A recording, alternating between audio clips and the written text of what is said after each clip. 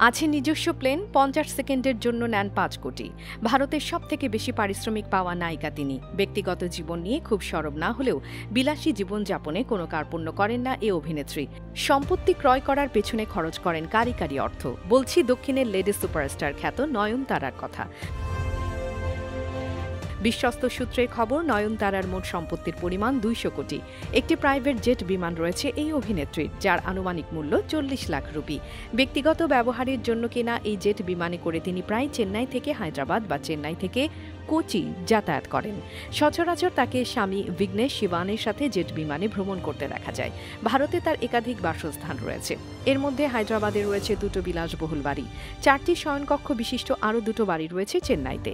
এছাড়া কেরালাতে রয়েছে আরেকটি বাড়ি, যেটিতে তার বাবা মা থাকেন। হায়দ্রাবাদে অবস্থিত বাড়ি দুটির মোট দাম প্রায় 15 কোটি রুপি।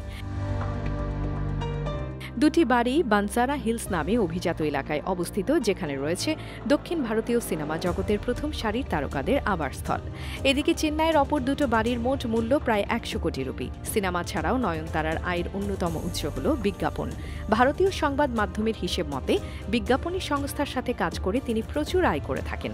বলা হয় ছবির থেকে তিনি বেশি রোজগার করেন বিজ্ঞাপন থেকে। তানিস্ক, টাটা স্কাই, কে বিউটি, উজালার মতো ব্র্যান্ডের অ্যাম্বাসেডর হিসেবে বেশ পরিচিত মুখ তিনি। এর মধ্যে টাটা স্কাইয়ের একটি 50 সেকেন্ডের বিজ্ঞাপনের জন্য নয়নতারা নিয়েছিলেন 5 কোটি। জানা যায় নয়নতারা ছবি প্রতি 10 কোটি টাকা নেন।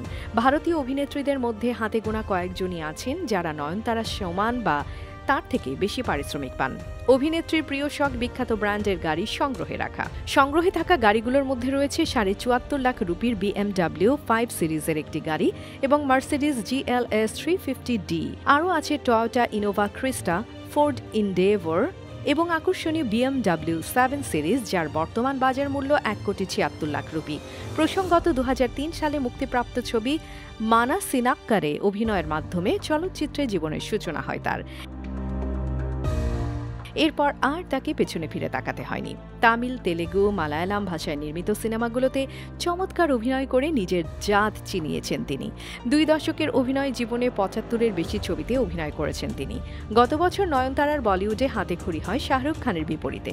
জওয়ানের বিপুল সাফল্যে স্বাভাবিকভাবে সকলে খুশি হলেও শোনা গিয়েছিল নয়নতারা নাকি তার চরিত্র নিয়ে খুশি ছিলেন না।